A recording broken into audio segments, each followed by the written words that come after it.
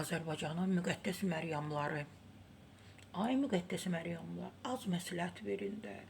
Az çıxıb bu baxılmayan verilişlərdə oturub ailə modelindən danışırsınız, ailə bağından danışırsınız, sədaqətdən danışırsınız, saflıqdan danışırsınız, namusdan, qeyrətdən.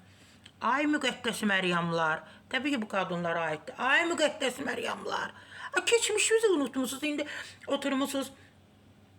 Nə bilim, belə deyim də, Vəfa Şərifovaya məsləhət verirsiniz, Damlıya məsləhət verirsiniz, Şəbnəm Tovuzluya məsləhət verirsiniz, Nəfəsə, çoxdur da Zeynab, nə bilim, adları bilmirəm, belə arada görürəm də, onlara məsləhət verirsiniz.